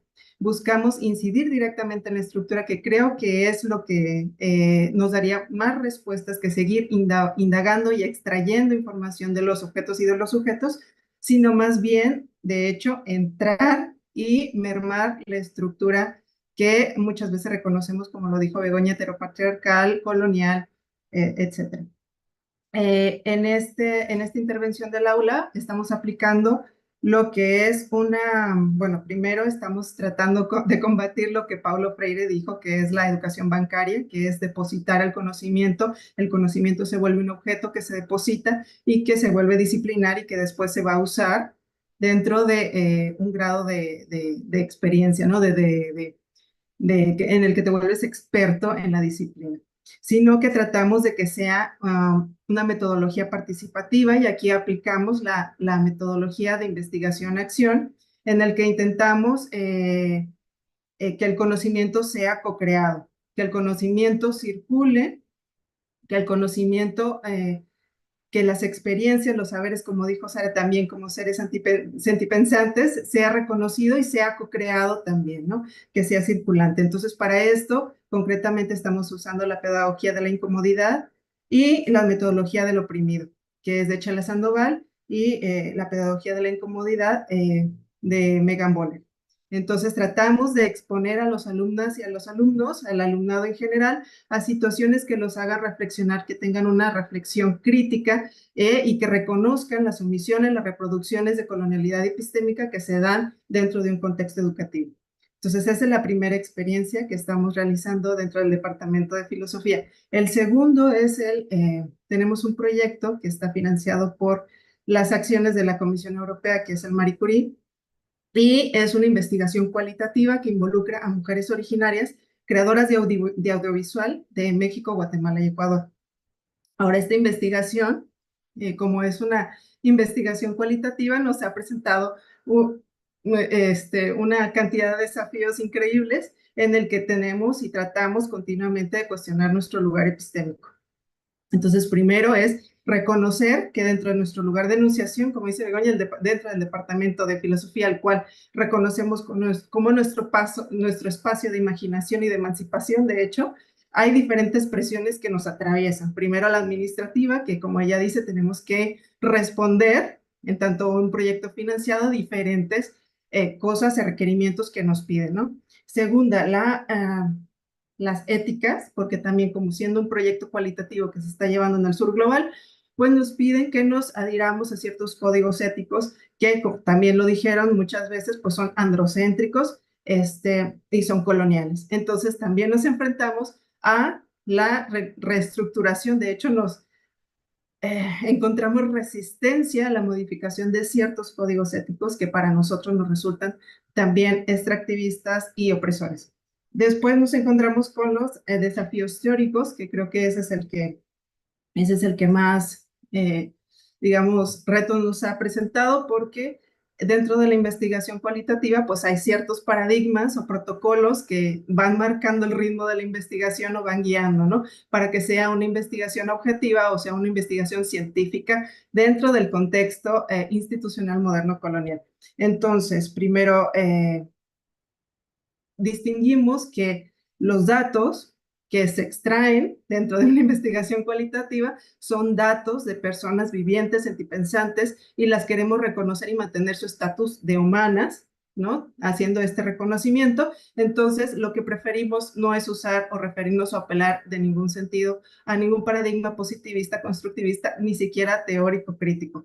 Entonces, lo que estamos haciendo es modelar otro paradigma en el que no se trate en el que el método no conlleve una acción extractivista de estos datos, porque creemos que reproducen una lógica colonial, pensando que, por ejemplo, durante el colonialismo se extraían los recursos, como dijo Begoña, y en este sentido ahora estamos extrayendo, estamos haciendo objetivos, estamos haciendo objetos, los datos vitales de una persona, deshumanizándola. Entonces no queremos reproducir esta lógica extractivista colonial. Entonces estamos buscando otro tipo de paradigmas que también represente otra direccionalidad del conocimiento, no solamente, como se dice, del centro a la periferia o extracción de la periferia al centro, sino demostrar que se puede existir otro tipo de relación y otro tipo de noción de creación del conocimiento. Entonces, lo que estamos haciendo es, de hecho, probar metodologías a través de la creación de redes, donde el pulso de la creación del conocimiento es el conocimiento mismo. Entonces, apelamos a que el conocimiento circula haciendo un sistema de conocimiento que también es posthumano y que también, pues digamos que muchas cosas de nuestro entorno también nos puede o aporta al conocimiento, a este sistema epistémico. Entonces, esas son las dos vías, una docente y una de investigación, por las cuales estamos aplicando los paradigmas, bueno, más bien el pensamiento decolonial, por así decirlo. Y bueno, nada más invitarlas a que nos visiten en nuestra página web, ya que está publicada en decuad.org. Sí, muchísimas gracias, Sofía Solís. Ya tomamos nota sobre estas experiencias desde la pedagogía y desde la investigación en clave de colonial, ¿no? Con este giro de colonial. Muchísimas gracias, Sofía. Estamos un poquito ya con el tiempo, pero sí me gustaría que Sara y Mónica pudieran compartirnos sus reflexiones en tanto a esta pregunta, ¿no? Sobre estas violencias que vivimos, que nos interpelan, y en términos pedagógicos, y lo decía Begoña, desde la micropolítica, cómo propiciar estas experiencias solidarias, colectivas, comunitarias, de cuidado desde las universidades. Adelante, Sara. Bueno, para empezar, y la herencia latinoamericana que marca mi formación también, tenemos varios espacios. La primera, desde los pactos pedagógicos de cuidado en el aula. La segunda, trabajar mucho desde la artesanía intelectual, un poco desde el reconocimiento de la orfebrería en el salón de clase, eso de lo que estamos estudiando, y por fortuna los temas que yo trabajo tienen que ver todo con la cotidianidad de las personas. Tienen todo que ver con sus dinámicas de salud, enfermedad, atención, cuidado, muerte, tienen todo que ver con los miedos, los fantasmas, las violencias, porque además ustedes entenderán que viniendo de Colombia, pues la violencia es un tema tan común como el paisaje, ¿no? Entonces, ahí hay unos pactos de cuidado, hay unas conversaciones donde hay una declaración de principios también con mis estudiantes frente a yo no soy neutral, yo soy activista, soy militante, tengo una visibilidad pública y eso me obliga a ser responsable con lo que hago.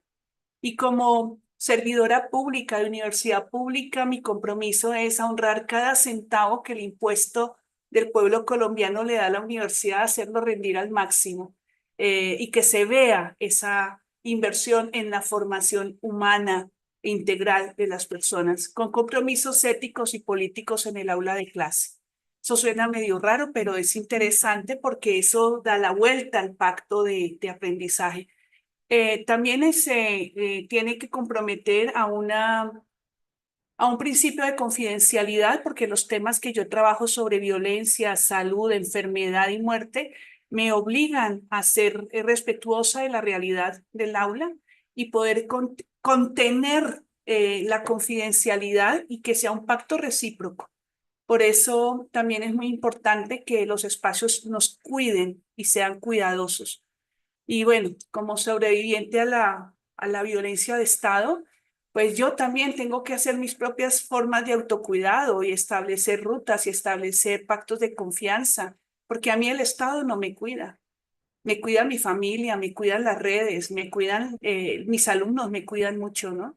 Y sentirme agradecida con la vida de que sobreviví a un atentado, pero que puedo seguir haciendo lo que amo, ¿no? Y además sellar el pacto de confianza y de confidencialidad para poder trabajar con víctimas sobrevivientes de violencias basadas en género en la universidad, donde hay estudiantes, donde hay profesoras, profesores, donde hay personal administrativo y subhumanos en la misma institución que no tienen derechos plenos porque son contratistas temporales, precarizados, terciarizados, y que esa realidad nos toca y somos parte de esa realidad que, entre otras, si no se cuida, puede reproducir violencias o puede reproducir injusticias y desigualdades y brechas. En mi espacio siempre habrá espacio para el abrazo, para el contacto físico respetuoso, acogedor, y también para asegurarme que al menos un dulce se lleve de esta oficina, porque esa cotidianidad está hecha de muchas muestras pequeñas de humanidad.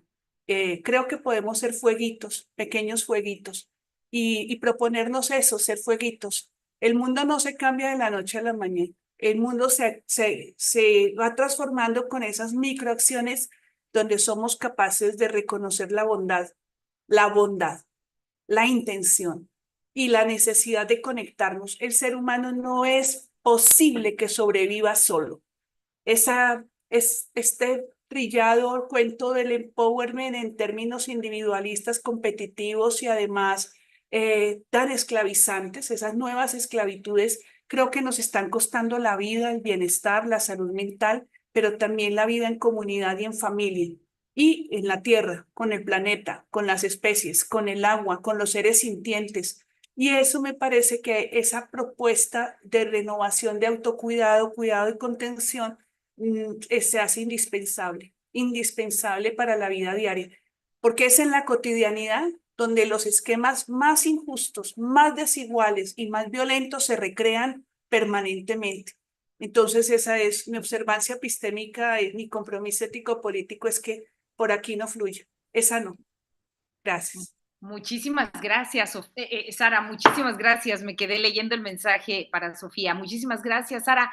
Estamos a punto de cerrar con nuestro programa, pero es importante también escuchar las reflexiones en torno a esta pregunta que pudiera compartirnos, Mónica. Adelante. Sí, claro que sí. Digo, yo en primera instancia tengo que decir que yo estoy, pues como no somos un producto o una persona ya construida y dada, estoy en plena reconstrucción. Salí en mi año sabático y me estoy replanteando muchas cosas existenciales y además de lo que hago en mis prácticas, pues docentes. Creo que he pasado por diferentes momentos y estoy convencida de que lo que yo hago y voy a seguir haciendo es navegar en los márgenes, o sea, escribir desde los márgenes, navegar en los márgenes, y para poder hacer eso también en el salón, en las prácticas cotidianas, en la docencia cotidiana, pues tengo que hacerme visible como persona. Lo que dice Sara es muy importante. Siempre tenemos que plantarnos como quienes somos frente a los alumnos. En una ocasión, yo soy una mujer neurodivergente, entonces a mí las cosas a veces me salen como vómito. Entonces, en una ocasión yo llegué a un salón de clases y estaba enojada y dije, ay, es que estoy enojada, pero se me salió y dije, bueno, no pasa nada.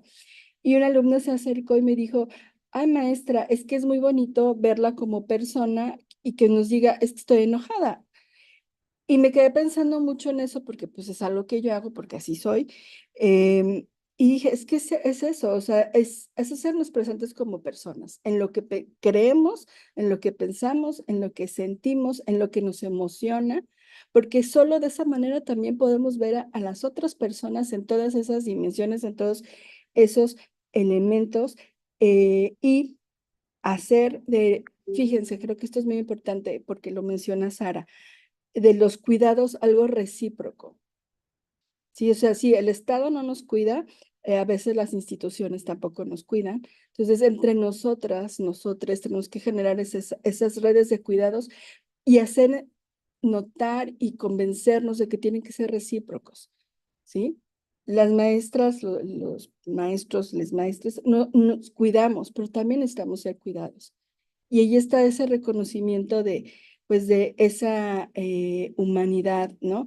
Y de ir generando también una curiosidad respetuosa a través de la crítica respetuosa, preguntas antes de respuestas y muchas veces preguntas que no tienen una respuesta única, ¿no? Y bueno, sería todo. Muchas gracias, Begonia, Sara, Mónica. Yo tengo muchísimas notas, podría hacer todavía una lectura de las notas que tengo, pero yo me quedo con esta cascarita de Sara, este compromiso de Mónica, este preguntarnos, este rascarse de Begonia. Y hay varios comentarios por aquí, sobre todo si pueden seguir, se queda grabada la sesión a partir de la página de la Universidad de Antioquia por medio del canal de YouTube. Ahí pueden seguirnos. Se van a quedar grabadas las sesiones y pues bueno, no me queda más que agradecerles por su participación. Mónica, Sara, Begonia, al auditorio, buenos días, buenas tardes. Muchísimas gracias por habernos acompañado en la primera sesión de la tercera corte del Seminario en Educación para la Justicia Global. Hemos reflexionado sobre epistemologías coloniales y feministas para la justicia global. Les invitamos para que continúen participando en las siguientes sesiones. Son los miércoles de octubre y en la primera semana de noviembre. El próximo será el 23 de octubre y lleva como título Rompiendo los muros, la extensión universitaria y la metodología basada en retos y en el aprendizaje servicio. Muchísimas gracias, un abrazo, hasta pronto.